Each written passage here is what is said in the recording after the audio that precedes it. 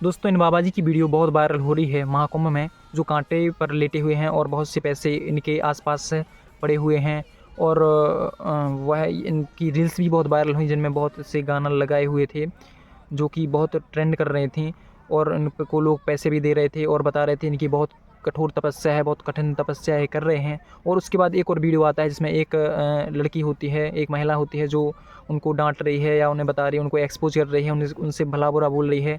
और वह हाथ जोड़ रहे हैं और माफ़ी मांग रहे हैं कि अब मैं ये पेट के लिए करता हूँ, या वो पैसे मैं अपना घर चलाने के लिए कर रहा हूँ। तो वो वहाँ पे बता रही हैं महिलाएं फिर कि ये तरीका गलत है, आप ये पाखंड कर रहे हैं और ये आप इस प्रकार से नहीं कर सकते, आप भीख मांग लीजिए। तो दोस्तों, मैं आपसे कहना चाहूँगा, इसमें इन बाबा जी की कोई गलती नहीं है। जो एक बूढ़े वृद्ध व्यक्ति हैं उनकी कोई गलती नहीं है। हमारा समाज यही चाहता है, समाज यही जानता है कि साधु ऐसे ही होते हैं। तो जो साधु आपको दिख रहे हैं, जिस प्रकार से भी कोई अगर ऐसा हाथ खड़ा करके दिख रहा है आपको, कोई कांटे पर लेटा हुआ है, कोई अपने शरीर को कष्ट दे रहा है, कोई सालों से ऐसे हाथ करें और उसका ये हाथ बिल्कुल मर चुका है, तो ये आप ही चाहते हैं। ये कहीं न कहीं हमारे द्वारा ही उनको बताया गया है कि आप ऐसे संत बनेंगे तभी हम आपको पूजेंगे।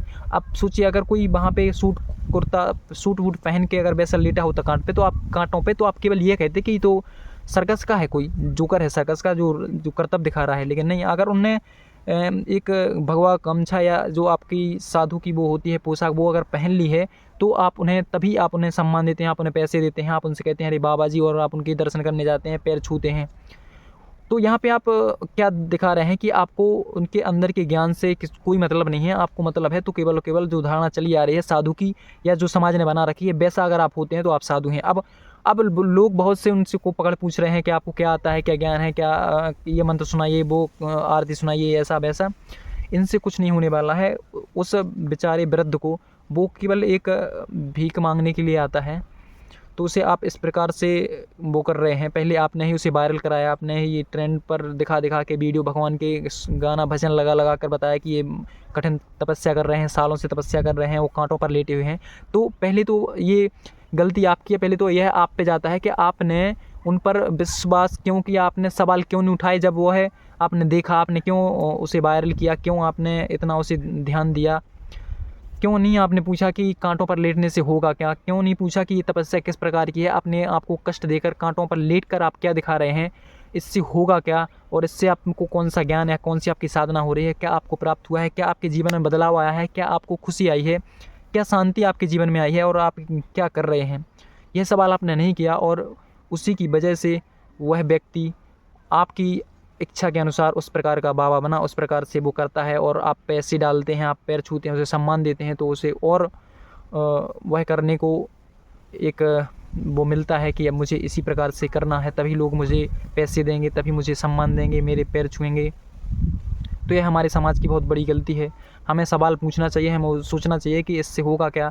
और जब तक हम वास्तविक धर्म को नहीं जानेंगे, जब तक हम नहीं जानेंगे कि अध्यात्म का मतलब क्या है, साधना का मतलब क्या है, तब तक हम इसी प्रकार के अंधविश्वासों में पड़े रहेंगे। अब इस वीडियो में आपने देखा होगा उस बाबा को किस तरीके से टॉर्चर किया जा रहा है, किस तरीके से वो एक औरत उसको एक्सपोज़ कर रही है और उसे किस तरीके से कुछ भी बोल रही है, और वह हाथ जोड़ के इतनी भीड़ से डरा हुआ है। तो अब वो भीड़ जो आ रही है वो भी दिखाने को आ रही है कि हमने इसे पकड़ लिया है, लेकिन यह गलत है, क्योंकि वह तो पहले से ही निर्दोष था, वो तो पहले से ही भिखारी थे, एक भीख मांग रहा है। उसे वो कोई साधु संत नहीं है, लेकिन आपकी अपेक्षाओं के कारण उसे उस प्रकार से बनना पड़ा है। तो मैं आपसे ये हाथ जोड़कर विनती करना चाहता हूँ कि इस प्रकार से या उसे कष्ट ना दें, इस प्रकार के बाबाओं को सवाल पूछें और उनसे प्रेम से बात करें।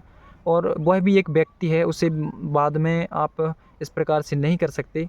और जब भी कोई आपको बाबा या कोई जो आपको बनाने आए, उससे पहले आप सवाल कीजिएगा, अपने मन के पूछिए, और सबसे पहले आप जानिए कि वास्तविक धर्म क्या है, अध्यात्म क्या है, साधना क्या है। और इसके लिए आपको अपने धर्म ग्रंथों के पास जाना होगा, क्योंकि हम लोग अपने धर्म ग्रंथों से बहुत दूर हो चुके हैं, और कोई भी अपने धर्म ग्रंथों को नहीं पढ़ रहा है, गीता को नहीं समझ रहा है, और वास्तविक अध्यात्म की ओर, वेदांत की ओर नहीं जा रहा है। तो अगर आप जाना चाहते हैं, आप अगर अपने पाप धोना चाहते हैं, तो आपको अध्यात्म की ओर जाना होगा।